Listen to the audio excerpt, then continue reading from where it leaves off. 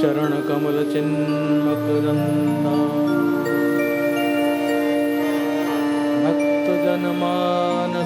भक्तजनमानसनिवासाय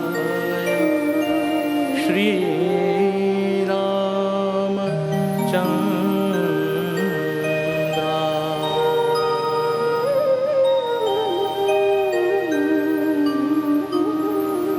श्रीराम जय राम जय जय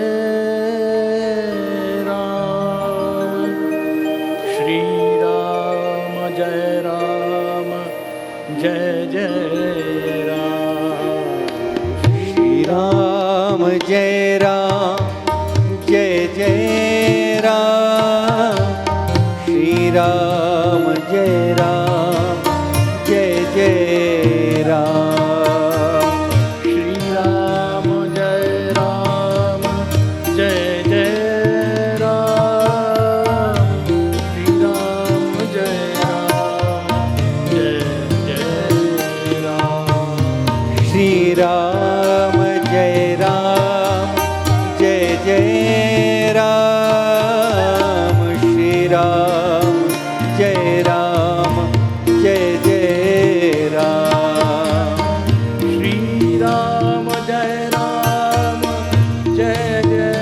राम श्रीराम जय राम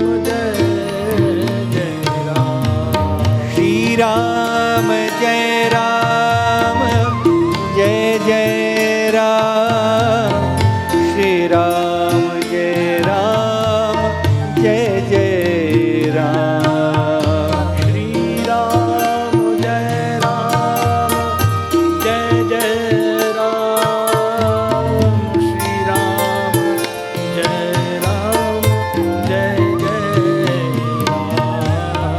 श्रीराम जय राम जय जय राम श्रीराम जय राम जय जय राम श्रीराम जय राम जय जय राम श्रीराम जय राम जय जय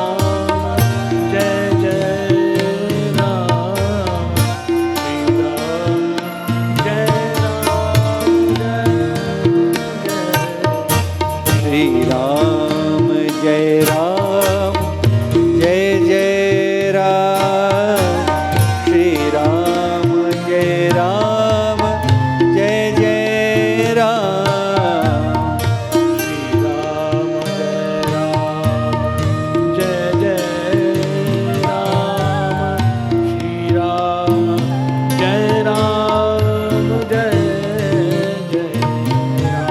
श्रीराम जय राम जय जय राम श्रीराम जय राम जय जय राम श्री रामचंद्र भगवान की जय पवन सुत हनुमान की जय उमापति महादेव की जय नमः पार्वती पतये हर हर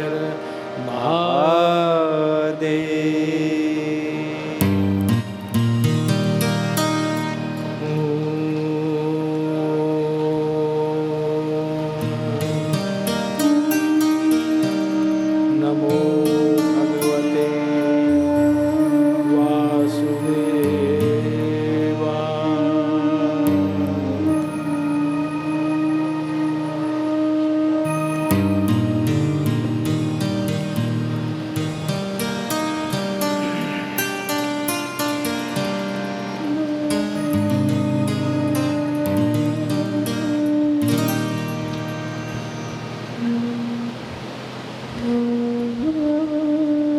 एक देह भोगने के लिए होता है,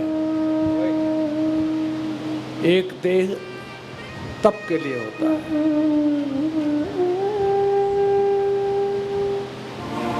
एक देह बोध होता है, एक आत्मबोध होता है। जब देह बोध होता है तो वहाँ मैं होता है, अहंकार होता है, वो संसार से जुड़ा हुआ होता है। और जब आत्मबोध होता है तो संसार से अलिप्त होता है और वो आत्मानंद में ही रहता है। उसे जगत से कोई अपेक्षाएं नहीं होती। इसीलिए जो लोग आत्माराम में रमते हैं वही उस परमात्मा तत्व से संलग्न है, उससे जुड़े हुए।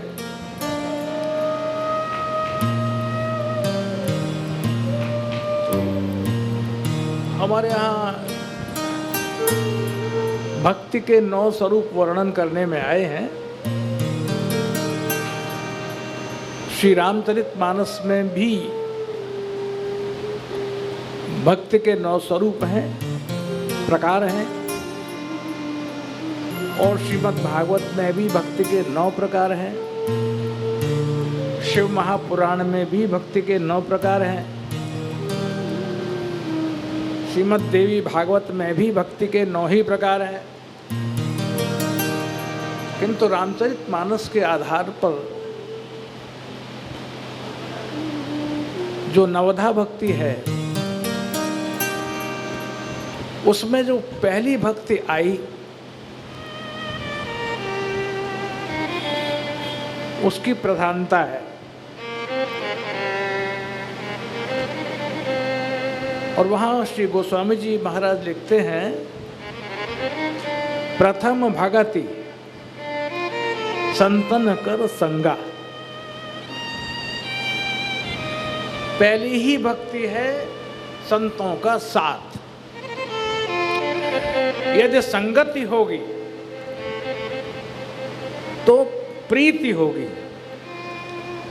अब जिस संगति में जिन लोगों की प्रीति जिसके साथ है उसी से प्रीति होगी। अगर वो संगति सत्संगति है तो प्रीति भगवान के साथ होगी, और उस संगति की प्रीति यदि संसार के साथ होगी तो वो प्रीति संसार के साथ होगी। वहाँ जोड़ घटाना, गुणा भाग, जागतिक जीवन में हानि लाभ, ये सारे के सारे देह संबंध से है, आत्मा का कोई लाभ नहीं। लौकिक आधार पर आत्मा कभी कोई हानि लाभ निश्चय नहीं करता, क्योंकि वहां वो संयुक्त है उस परमात्मा तत्व से। कुछ इसी तरह की चर्चा अभी हम लोग सुन रहे थे कि देह का और आत्मा का, किंतु इसमें व्यावहारिकता कितनी है, जिसको हम कहते हैं ना कि प्रैक्टिकल क्या कर सकते हैं, निर्वाह कितना कर सकते हैं। संसार से जुड़े हुए लोग फिर आत्म तत्व की चर्चा करके आत्मा का बोध कर नहीं पाते, क्योंकि वहां जुड़े नहीं हैं और इसीलिए भ्रमित हो जाते हैं।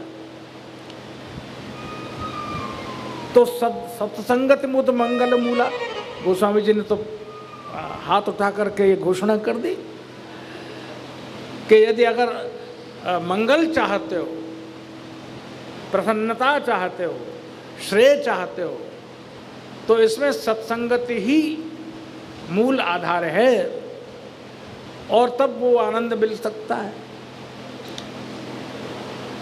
तो इसी तरह से बहुत सी बातों की प्रधानता है सत्संग के लिए। या तो कोई तीर्थ हो, या कोई मंदिर हो, या कहीं वन हो, या किसी ऋषि का आश्रम हो, जहां जाकर सत्संग प्राप्त हो सकता है। तो रामचरितमानस में रामायण का प्रारंभ करने से पूर्व गोस्वामी तुलसीदास जी महाराज ने ये भूमिका बनाई पहले कि सारे के सारे ऋषिगण जो प्रतिवर्ष एक स्थान पर एकत्र होते हैं, आज भी होते हैं बहुत से लोग, आज लाखों होते हैं, और भला हो उनका जिन्होंने उस स्थान के मूल स्थान का नाम प्रकट कर दिया।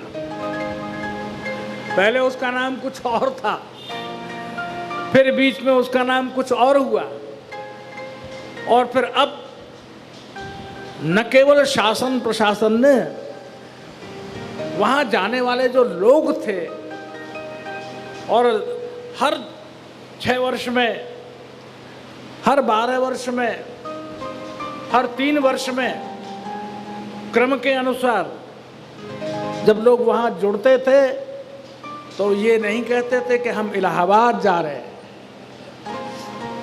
तो कहाँ जा रहे हैं? तो जी कुंभ में जा रहे हैं। इस बार कुंभ कहाँ का है? कहते इस बार कुंभ प्रयाग का है। आप समझ गए? राष्ट्र के पारंपरिक गौरव को फिर से प्रकट करने की जो आज परंपरा चल गई, ये एक बहुत महत्वपूर्ण बात हुई कि लोग फिर से कुंभ स्नान करने के लिए इलाहाबाद नहीं जाते हैं, प्रयाग जाते हैं। वो कुंभ का मेला प्रयाग में लगता है। और ये कितनी अद्भुत बात है।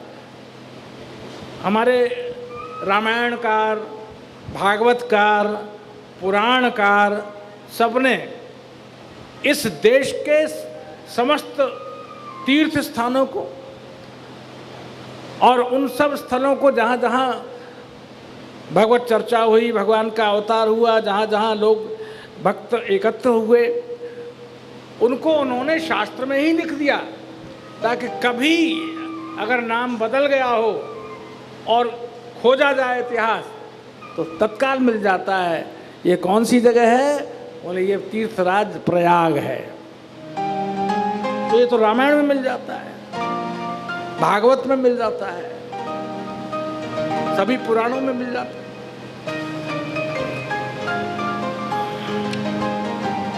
तो जिसकी जिससे लत है उसके बिना वो रह नहीं सकता,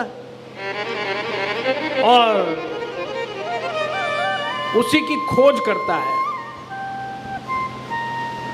उसी की खोज करता है।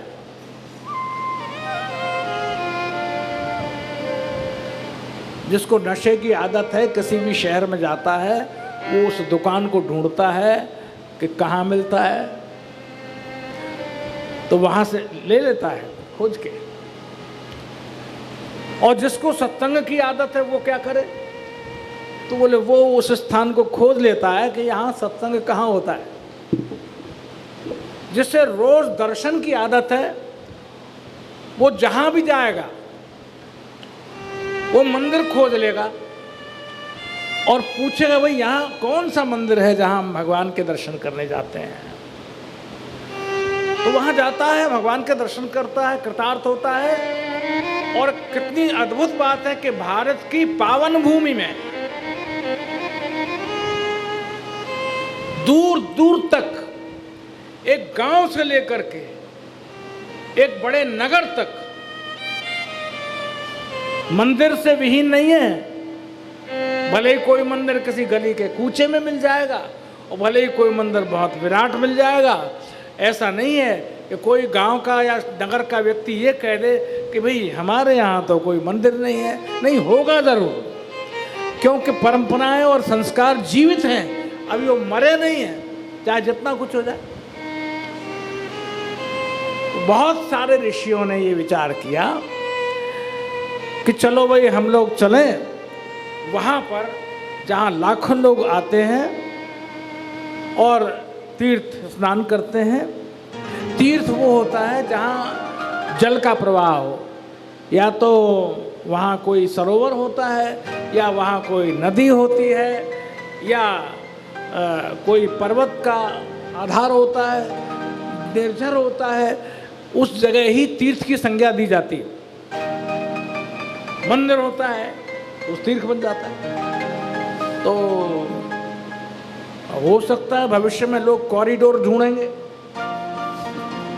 कॉरिडोर कहाँ है तो मुख्य नगर के अधिष्ठाता को भूल जाएंगे और कॉरिडोर ढूंढेंगे, और व्यवस्था क्या देखेंगे, वो गाड़ी कहाँ खड़ी हो जाए, हमारे चप्पल जूता कहाँ उतर जाए, और उसके बाद सबसे बाद में ध्यान आएगा किसके दर्शन करने आए हैं। बिहारी जी तो सबसे बाद में ही पहुँचेंगे, पहले वो कॉरिडोर का दर्शन करेंगे। तो ये जो है, हो सकता है भविष्य में कुछ हो जाए, कह नहीं सकते। ये आस्था की परंपरा है। सारे के सारे ऋषि मिलकर वहां जाने का विचार करने लगे, जहां पर जाकर हम तीर्थ स्नान करेंगे, डुबकी लगाएंगे, और साथ ही साथ एक अद्भुत भगवान के दर्शन करेंगे जो हमेशा ही एक वृक्ष पर विराजमान रहते हैं, और उनका दर्शन करेंगे। जानते हैं प्रयाग में एक भगवान बैठे हुए हैं, आज भी हैं। उन भगवान के स्नान करते हैं, भगवान के दर्शन करते हैं। रूपक कितना अच्छा है। रामायण प्रारंभ करने से पहले श्री गोस्वामी तुलसीदास जी महाराज कहते हैं कि सब के सब लोगों ने निश्चय किया कुंभ स्नान का। भाई कब होगा कुंभ स्नान? तीर्थराज प्रयागराज का। तो भैया रामायण तो जो है वो बिना गाए बोली नहीं जाती है। तुलसीदास जी महाराज ने लिखा, जे गावहीं। चरित्र गाना चाहते हो, चरित्र कहना चाहते हो, कथा कहना चाहते हो, तो उन्होंने पहली शर्त लगा दी, जे गावहीं, यह चरित्र संभारे,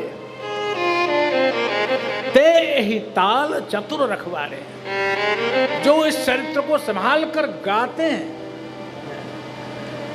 तो कहा वाह वाह, और किसी ग्रंथ के लिए तो नहीं कहा? बोले कहा, कैसे नहीं? क्या गीता के लिए नहीं कहा? गेयम गेयम गीता नाम सहस्रम, वो भी गाई गई है, और वो गाने के लिए ही है। गाते गाते ज्ञान हो जाएगा।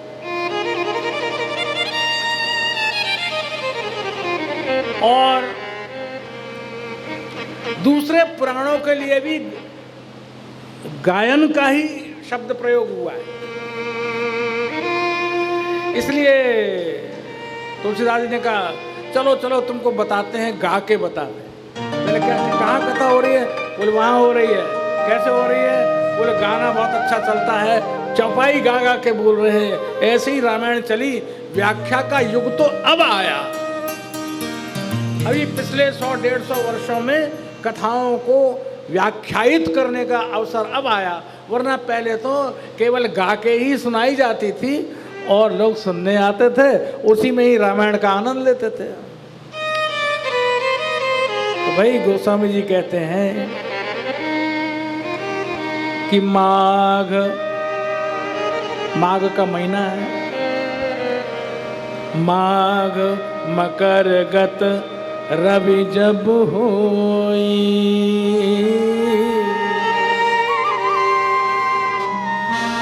माघ मकर गत जब रवि होई, तीरथ पति आओ सब को। माघ मकर गत रवि जब होई, तीरथ पति आव सब कोई। माघ मकर गत रवि जब होई, तीरथ पति आव सब कोई। माघ मकर गत रवि जब होई, तीरथ पति आव सब कोई। भारद्वाज बसहि प्रयागा। भरद्वाज मुनि बसहि प्रयागा। भरद्वाज मुनि बसहि प्रयागा। भरद्वाज मुनि बसहि प्रयागा। प्रयाग में भरद्वाज ऋषि का आश्रम है। वहां पर सारे ऋषियों का समागम। और इस प्रयागराज में क्या विशेषता है? बोले यहाँ एक नहीं, दो नहीं, 3 नदियों का प्रवाह है और संगम है। संगम है। और तीनों नदियों का संगम क्या बताता है? बोले यहाँ ज्ञान वाले लोग भी आ सकते हैं, यहाँ भक्ति वाले लोग भी आ सकते हैं, यहाँ कर्मवादी भी आ सकते हैं, तीनों के लिए। क्योंकि ज्ञान क्या है? बोले वो गंगा है। और यमुना क्या है? यमुना के लिए क्या प्रयोग किया गया? बोले वही कर्म की नदी है। ये रविसुता यमुना कर्म की नदी। और तीसरी क्या है? बोले वो ज्ञान की नदी। 3 नदियां बह रही हैं, 3 प्रवाह है। गंगा भी है, यमुना भी है, और एक तीसरी कौन सी है? सरस्वती। सरस्वती ज्ञान की अधिष्ठात्री देवी। जिनको ज्ञान पूछना है वो भी वहीं मिलेगा, जिनको कर्म के संबंध में जिज्ञासा करनी है वो भी मिलेगा, और जो भक्ति में अवगाहन करना चाहते हैं उनके लिए भी वहां सुलभ है। केवल शब्द से हम ज्ञान, कर्म और भक्ति की चर्चा नहीं कर सकते। व्यवहार से जब तक हम आत्मसात न कर लें तब तक नहीं होता। इसलिए हुआ क्या? बोले बड़े बड़े ऋषि आए, मुनि आए, और 1 मास तक वहां रहे, गंगा यमुना और सरस्वती के संगम में स्नान किया। 1 मास पूर्ण हुआ और सब जाने लगे। भरद्वाज जी के आश्रम में बड़ी भीड़ थी। जब ऋषि को लोग जाने लगे तो अचानक भरद्वाज जी ने एक महापुरुष को, एक ऋषि को, एक संत को पहचान लिया। बोले ये अवसर नहीं खोना चाहिए। क्यों? बोले इस प्रयागराज में एक महाविभूति, ज्ञान के साक्षात स्वरूप यहाँ उपस्थित है। हम उनसे कुछ लाभ न ले तो क्या लाभ? इसलिए यहाँ पर इतना भारी मेला लगा है कुंभ का, और अभी अभी ये लोग जा भी रहे हैं। तो इसमें मकर संक्रांति के इस अवसर पर जब तक हम ये न पूछेंगे तो हमारे मन की जिज्ञासा शांत नहीं होगी। तो भरद्वाज जी कोई साधारण पुरुष नहीं है। भरद्वाज जी वो हैं कि भगवान को भी जिनके आश्रम में आना पड़ा। भगवान राम भी वनवास के समय भरद्वाज जी के आश्रम में पहुंचे थे। भरद्वाज जी वो हैं जिनको श्री राम गुरुतुल्य मानते हैं। और उन भरद्वाज जी ने क्या किया? किसी व्यक्ति की ज्ञान की गंभीरता, भक्ति की गंभीरता, पराकाष्ठा क्या हो सकती है? बोलो उसमें एक चीज जुड़ जाती है, विनय, विनम्रता। पेड़ जितना फलों से लदा होगा वो उतना ही झुका होगा। भरद्वाज जी ने पहचान लिया, ये हमारे आश्रम में आज याज्ञवल्क्य जी पधारे हैं और अब ये जाने वाले हैं। तो बोले ऐसे नहीं जाने देंगे, वो तो हो गया स्नान, लेकिन अब हम इनको रोकेंगे और इनसे हम जिज्ञासा करेंगे।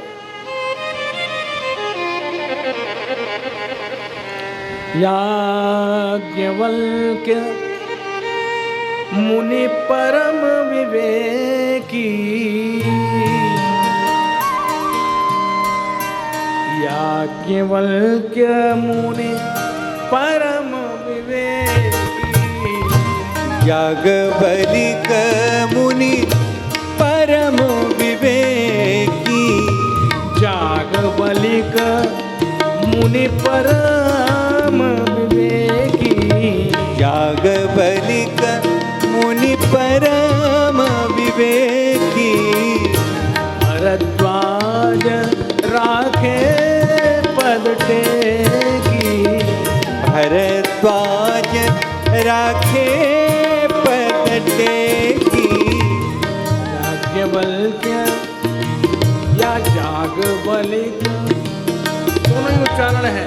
अगर संस्कृत में जाइएगा तो याज्ञवल्क्य हो गए, और अगर देशी भाषा में जाइएगा तो याज्ञवल्क्य हो गए। तो हमारे एक मित्र हैं जो जगत गुरु हो गए हैं आजकल, बड़े भारी, और जो चल गया है फेसबुक तो खूब चला है आजकल, तो उसमें उन्होंने घोषणा कर दी, क्या उनका ये शब्द गलत है, ये हनुमान चालीसा का ये शब्द गलत है, ये रामायण का ये शब्द गलत है, ये चौपाई गलत है। अरे सब में गलत है। आपने तुलसी के ग्रंथों का भी अवलोकन अच्छी तरह कर लिया। विद्वान तो बड़े हैं, वो धारा प्रवाह संस्कृत बोलते हैं, बड़े बड़े उनको ग्रंथ याद हैं, और बहुत से विद्वान उनका सम्मान करते हैं। यहाँ तक कि आदत खराब है, ज्ञान इतना ज़्यादा है कि वो बड़े से बड़े संत और महापुरुष को भी चुनौती दे देते हैं। मुझे ध्यान है कि स्वामी श्री अखंडानंद जी महाराज, इतने बड़े विद्वान जिनका कहीं कोई मुकाबला नहीं है, इतने ग्रंथ लेके उन्होंने उनको टोक दिया, बोले आप गलत बोल रहे हैं। तो उन्होंने क्या कहा, स्वामी जी ने कहा हाँ ये गलत हो सकता है। अब जब वो चले गए तो बाद में उनके शिष्यों ने, उनके भक्तों ने पूछा, महाराज जी ये कैसे? बोले जो मैंने कहा सही तो वो ही है, लेकिन उनका जो अहंकार था उसकी तुष्टि के लिए मैंने कह दिया कि भाई ये सही है।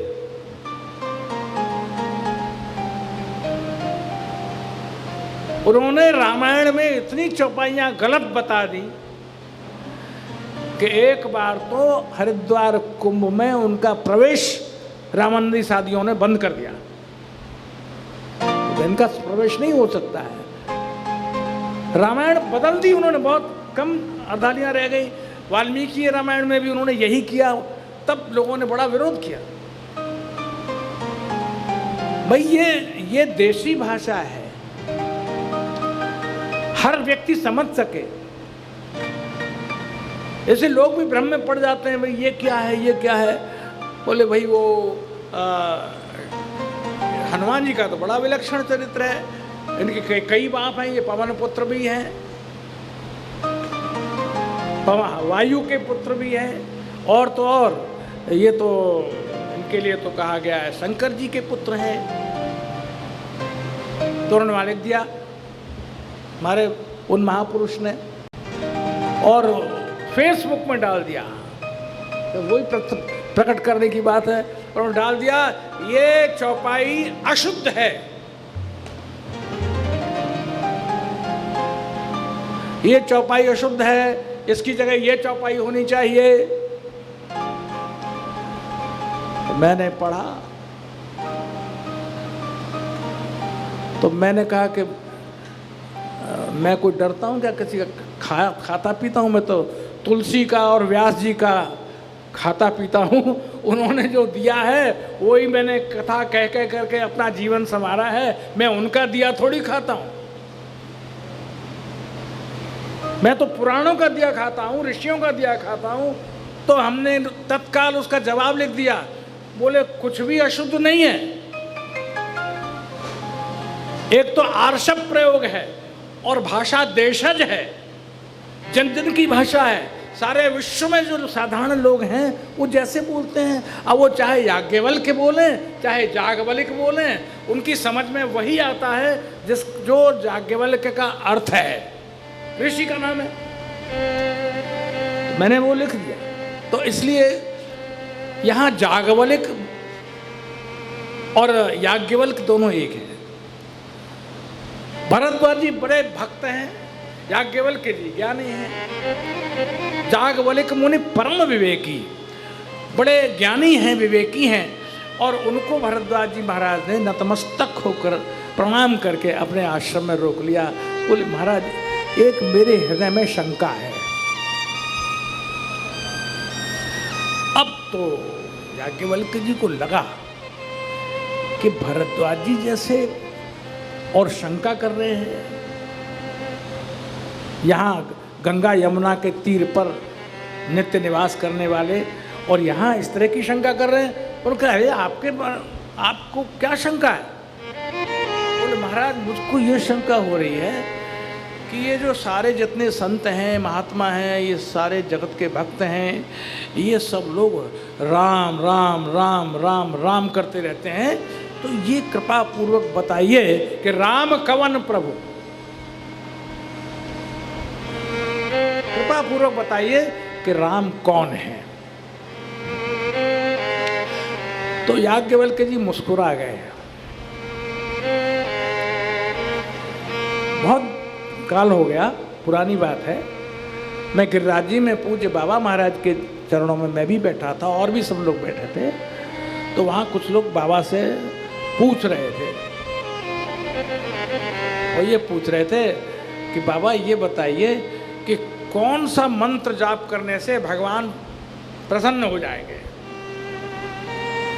अब बाबा तो मौन रहते थे। बाबा ने कहा क्या? बोले किस मंत्र के जाप से भगवान प्रसन्न हो जाएंगे, आप अपना बताइए कौन से प्रिय हैं। तो बाबा ने कहा हमें तो भैया सब प्रिय हैं, जो प्रिय हो जाए, जो जिस रूप में दिख जाए, हमें तो सब प्रिय हैं। तो पूछने वाला कौन था? पूछने वाले बड़े विद्वान थे, बड़े ज्ञानी थे, और कथा कहते थे, और संत भी थे। वो पूछने वाले थे। तो खैर बाबा ने जवाब दिया और वो संतुष्ट हुए, वो चले भी गए। तो सज्जन के जाते ही वहाँ बाबा के सेवकों में और लोग थे, उन्होंने बाबा से पूछा, बाबा इतने बड़े विद्वान और ये पूछ रहे हैं कि कौन सा मंत्र जाप करें कि भगवान हम पर प्रसन्न हो जाए, क्या ये अज्ञानी है? इतनी ये कथा कहते हैं, वार्ता करते हैं, ठाकुर जी की सेवा करते हैं, और ये इतने अज्ञानी हैं कि आपसे पूछ रहे हैं? तो बाबा ने कहा अज्ञानी ना है भैया, बाबा इन्हें मालूम ना है, अभी तो कह दी उनने अज्ञानी है। बोले नहीं, वो उनके साथ 3-4 लोग आए थे, वो बड़े उद्दंड हैं और वो उनको कहते कहते हार गए, तुम भैया ये मंत्र जपो, ये मंत्र जपो, ये मंत्र जपो। सो भैया वो माना ही ना। बोले फिर? बोले बात ये है कि 2 बात हैं। पहली बात तो ये है कि जिनको संग में लाए थे वो उनकी बात नहीं मानते थे, लेकिन जो संग में आए थे उनकी बाबा के प्रति जरा निष्ठा ज़्यादा थी गिरिराजवास के कारण। तो वो चाहते थे कि बाबा के श्रीमुख से कोई बात निकलेगी तो शायद ये मान जाएंगे। और दूसरी बात ये कि उन्हें सब मालूम है, वो अज्ञानी नहीं है भैया, वो तो मेरे मुख से कुछ बात सुनने के लिए कि बाबा कुछ कह दे तो हमें आशीर्वाद मिल जाएगा, तो हमारे मुंह से सुनने के लिए वो हमको छेड़ रहे हैं। तो याज्ञवल्क्य जी से भरद्वाज जी ने पूछा कि राम कवन प्रभु, पूछूं तो ही ये राम कौन है? तो याज्ञवल्क्य जी मुस्कुरा दिए।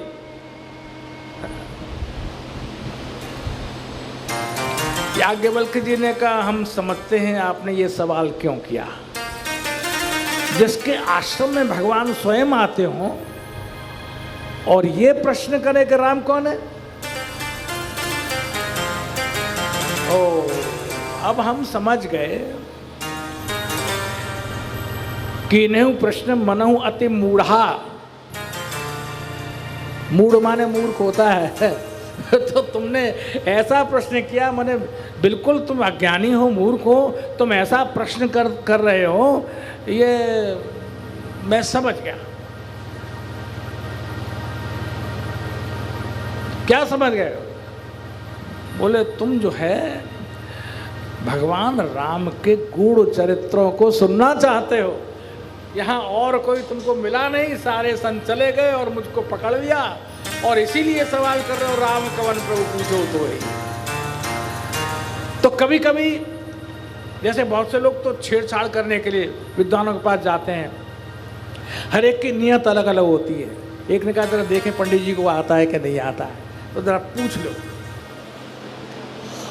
और कोई दूसरे ऐसे होते हैं कि उनको आता है, तो वो अपना ज्ञान बढ़ाने के लिए वो खुद ही थोड़ी देर में कहने लगते हैं, ऐसा हुआ और वैसा हुआ और ये कथा यूँ है महाराज, ये कथा यूँ है, और आपने तो कथा में ऐसे कह दिया। तो अगर जो विद्वान होगा ना, वो कहेगा हाँ तुम्हारी बात बिल्कुल ठीक है, तुम ठीक कह रहे हो। तो याज्ञवल्क्य जी ने कहा तुम सब जानते हो महाराज, लेकिन तुम ये भगवान राम के गूढ़ चरित्रों को सुनने की लालसा है तुम्हारे मन में। तो राम राम कवन प्रभु पूछऊं तो ही।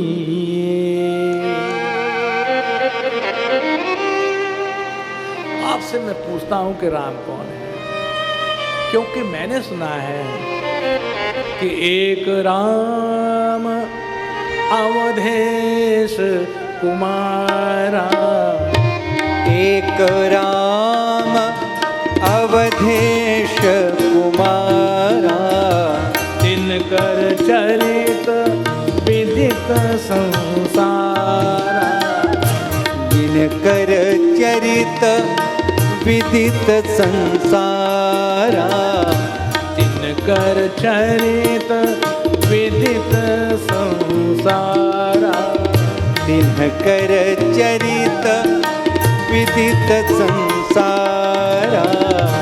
नारी विरह दुख लहेऊ अपारा, नारी विरह दुख लहेऊ अपारा, भयऊ रोष रन रावण मारा, भयऊ रोष रन रावण मारा। एक राम अवधेश कुमारा।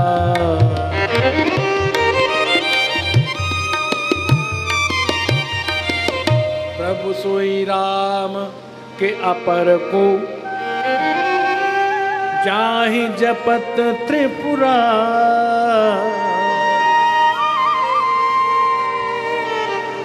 मुनि विज्ञान धाम मन, कहौ विवेक विचारे, राम कवन प्रभु पूछऊं तो।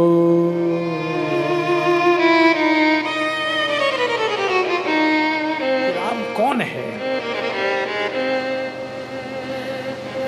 ये प्रश्न शाश्वत है।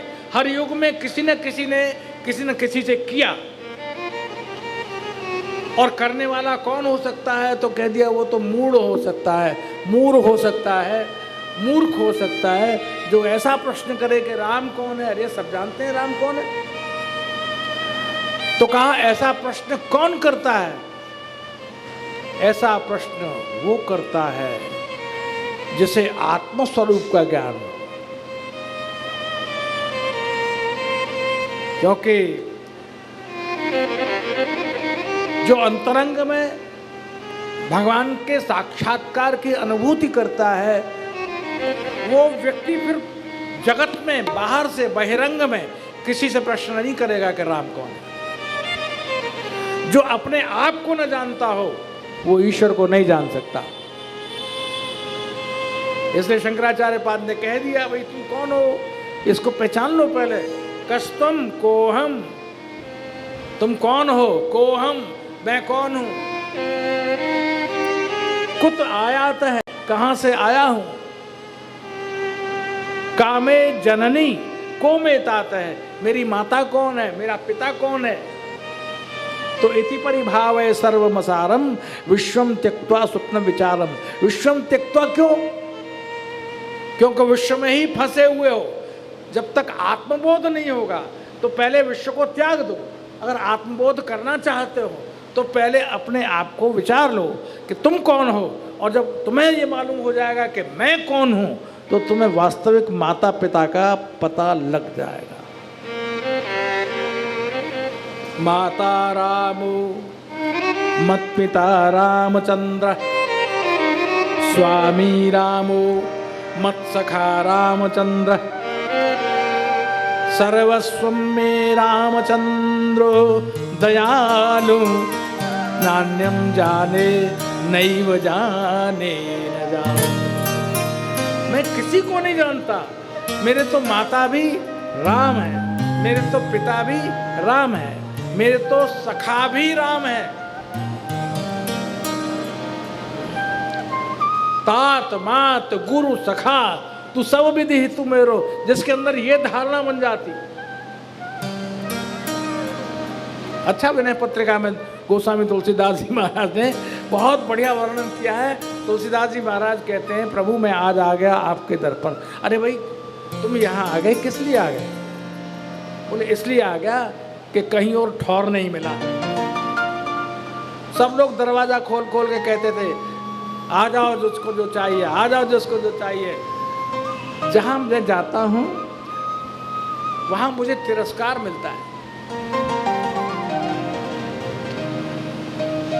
जहां भी गया सब बड़े अभिमानी थे, देने का अहंकार था। लेकिन मैं जान गया, जब सबसे हार गया तब मैं तुम्हारी देहरी पर आया। उधर तुम दर न खोलोगे, इधर मैं दर न छोड़ूंगा। तुम दरवाजा खोलोगे नहीं और मैं तुम्हारा ये दर छोड़ के जाने वाला नहीं हूं। उधर तुम दर न खोलोगे, इधर मैं दर न छोड़ूंगा। हुकूमत अपनी अपनी है, कहीं तेरी कहीं मेरी।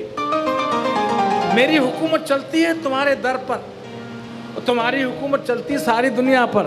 हो गए तुम, लेकिन मेरी हुकूमत तो यहाँ चलती है। मैं ये जगह छोड़कर जाने वाला नहीं हूँ। जब तक तुम द्वार नहीं खोलोगे मैं हटने वाला नहीं। तो भगवान ने कहा तुम कहना जा चाहते हो कह डालो। तो गोस्वामी तुलसीदास जी ने विनय पत्रिका में बहुत बढ़िया, दुनिया में भांजी मारने वाले बहुत हैं, तो तुलसीदास जी ने कहा किसी और के माध्यम से कहूंगा तो बात बनेगी नहीं। आपके बराबर में लक्ष्मण बैठे, दक्षिणे लक्ष्मण को यस्य वामे च जनकात्मजा पुरतो मारुतो यस्य तम वंदे रघुनंदनम। ये सारा परिकर आपका भरे दरबार में बैठा हुआ है। तो अगर मैं लक्ष्मण जी से कहूँगा तो महाराज इनका तो बाण चल जाता है, बात बाद में करते हैं ये। और हनुमान जी महाराज तो ध्यान समाधिस्थ हो जाते हैं, सुने सुने न सुने न सुने, इसलिए वो भी विराजमान है। और श्री किशोरी जी तो घूंघट काढ़े हुए भरे दरबार में भी बड़ी मर्यादा से बैठी हुई हैं। पता नहीं मेरी याचना सुनेंगी या नहीं सुनेंगी। तो भगवान ने कहा अच्छा किससे कहना चाहते हो? बोले मैं तो आपसे ही कहूँगा। क्या कहोगे? तुलसीदास जी ने कहा लिख के लाया हूँ। क्यों? बोले अगर मैं मुंह से कहूँगा तो मुंह से कहने में तो बीच में पता नहीं कौन बोल पड़ेगा। नहीं नहीं नहीं ये ठीक नहीं है, तो मैं लिख के लाया हूँ, आपके हाथ में ही दे देता हूँ। और फिर हम रहे और आप रहे, दोनों के बीच में कोई है नहीं। इसलिए विनय पत्रिका दीन की बाप आप ही बाँचो। ये तुलसीदास जी महाराज कह रहे हैं, बोले ये तो आप ही बाँचो, खुद आप पढ़िए। तब भगवान ने पढ़ा, उसमें लिखा हुआ था। ये सारी कथाएं भाव का खेल है। इसमें कहीं लॉजिक ढूंढने लगोगे तो कुछ नहीं मिलेगा। भाव का खेल है।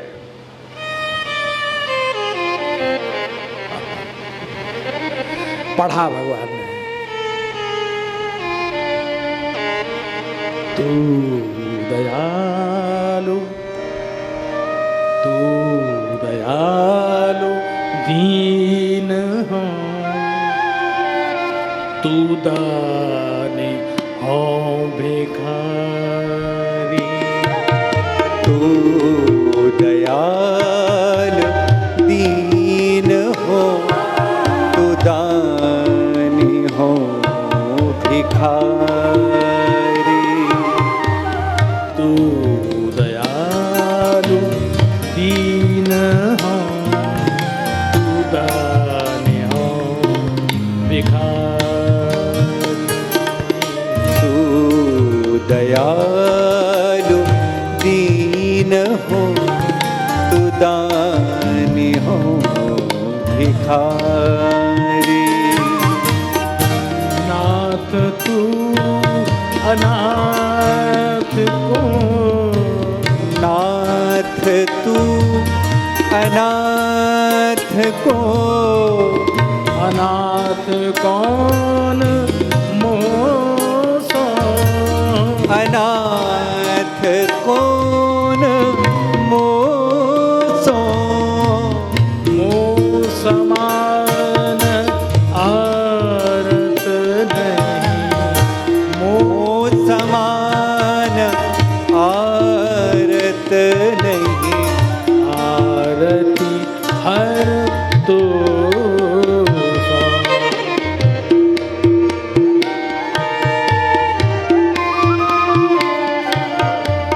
ब्रह्म तू हो जीव, तू ठाकुर हो जेरो। ब्रह्म तू हो जीव, तू ठाकुर हो चेरो। मात मात गुरु सखा, तात मात गुरु सखा। तू सब वेदे हितु मेरो, तू सब विधि हितु मेरो। तू दयालु दीन हो, तू दान हो भिखारी।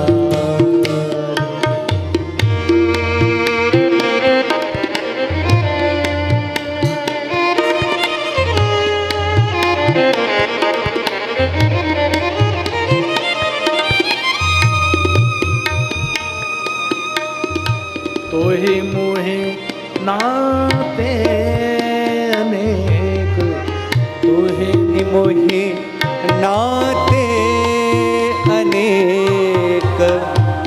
मानिए जो भावे, मानिए जो भावे।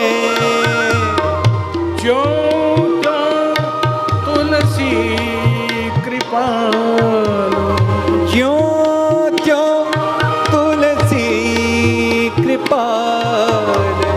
चरण शरण पावे, चरण शरण पावे। तू दयालु दीन हो, तू दानी हो भिखारी। तू दयालु दीन हो, तू दानी हो भिखारी। तो राम कौन है? राम कवन प्रभु पूछूं तो ही। राम कौन है? तो तुलसीदास जी ने पूरी सूची बना दी। अब तुम सेलेक्ट कर सकते हो राम कौन है। तो कहा राम दयालु है और हम दीन हैं। 12 संबंध तुलसीदास जी ने गिना दिए विनय पत्रिका में। तू दयालु और दीन, तू दयालु दीन हो, तू दानी, तू दाता है और भिखारी। दाता एक राम, भिखारी सारी दुनिया।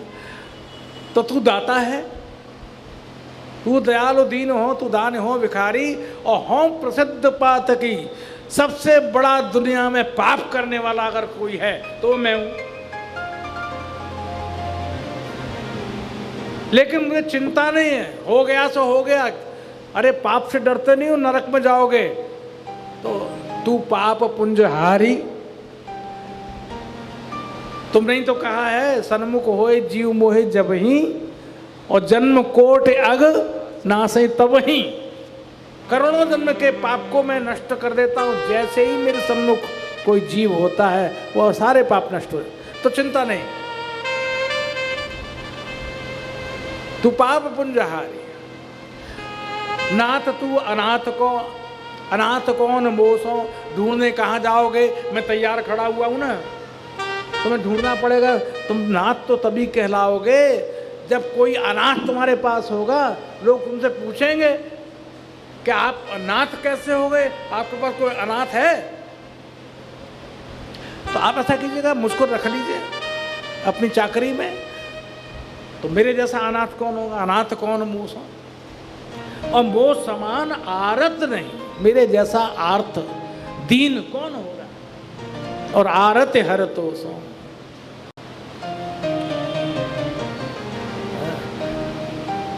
ब्रह्म तू हो जीव, तू ठाकुर हो चेरो। तात मात गुरु सखा, तू सब विधि हितु मेरो। सब बता दिए, मैं चेला तुम गुरु, मैं बेटा तुम माई बाप। हाँ, सब गिना दिए 12 संबंध। फिर बाद में कहा कि सूची तो गिना दी, अब सेलेक्ट करना तुम्हारा काम है कि तुम कौन सा संबंध स्वीकारोगे। तुमको जो संबंध अच्छा लगे। मोहे तो है नाते अनेक, मानिए जो भाव है। तो अगर मैं चुन भी लूंगा तुमको, तो तुमको क्या मिलेगा। बोले ज्यों त्यों तुलसी कृपालु, चरण शरण पावे। किसी तरह आपके चरणों की शरण मिल जाए। तो इतने संबंध गिना करके बता दिया गोस्वामी जी ने कि ये राम कवन प्रभु। बोले वो गुरु भी है, माता भी है, पिता भी है, सखा भी है, बंधु भी है, ब्रह्म भी है, सब कुछ वो ही है। अब चुनेगा कौन। बोले तुम्हारे बाप में ताकत नहीं कि तुम चुन सको, चुनेंगे तो वही राम जी। राम जी जो संबंध मान ले वही तुम्हारा संबंध है। इस तरह से राम कवन प्रभु का उत्तर देते हुए याज्ञवल्क्य जी ने भरद्वाज जी से कहा, जैसे तुमने मुझसे ये प्रश्न किया है तो ऐसे ही संशय कीन भवानी। तुम तो भाई महर्षि हो, भक्त हो, तीर्थराज प्रयागराज में रहते हो, लेकिन साक्षात भगवान शंकर की प्रिया भगवती पार्वती जी ने भी यही प्रश्न किया था। राम कवन प्रभु ऐसे ही पूछा था। और वाल्मीकि जी ने भी पूछा था नारद जी से, कौनवस्मिंसाम प्रथम लोके गुणवान कश्य वीर्यवान, उन्होंने भी पूछा था। तो फिर सबका जवाब तुम चाहते हो। तो याज्ञवल्क्य जी बोले, भाई आज की सभा तो विसर्जन करते हैं, हम कल फिर यहाँ बैठेंगे तब तुम्हारा समाधान करेंगे। तो भाई आज की सभा यहाँ विसर्जित करते हैं। और आगे की चर्चा किस तरह से भगवती सती ने भगवान शंकर से पूछा और वो भ्रमित हो गई, उसका समाधान हम कल के प्रसंग में आपके समक्ष करेंगे। आज की चर्चा यहाँ विराम करते हैं। श्री राम जय राम, जय जय राम। श्री राम जय राम, जय जय राम।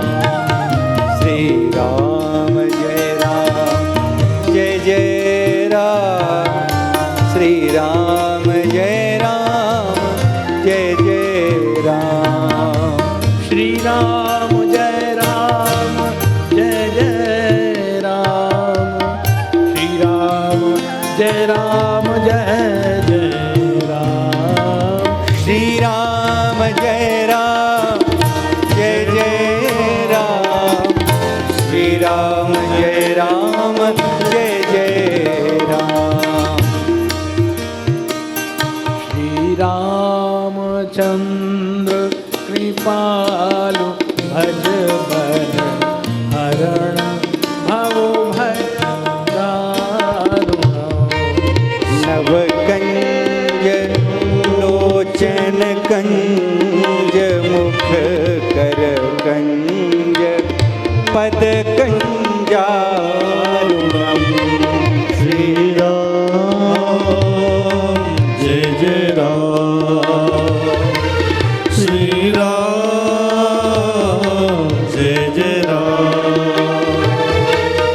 कंदर्प अगणित अमित छवि नवनील नीरज सुंदरम, पटपीत मानहुतड़ेत रुचि शुचि नौमि जनक सुतावरम।